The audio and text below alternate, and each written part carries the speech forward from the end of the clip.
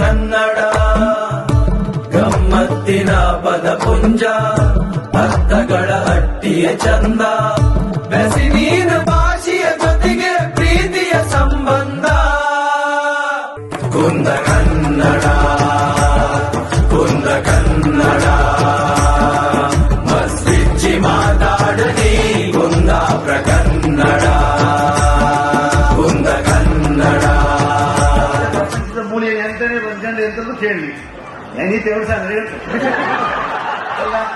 ಅಷ್ಟೇ ಕೇಳ್ತದ ಯಾವುದೇ ಭಾಷೆಯಲ್ಲಿ ಮಾತಾಡೋದು ನಮ್ಮ ಯೋಚನೆ ಪೂರ ನಮ್ಮ ಕುಂದಾಪುರ ಕನ್ನಡದಾಗೆ ಇರುತ್ತೆ.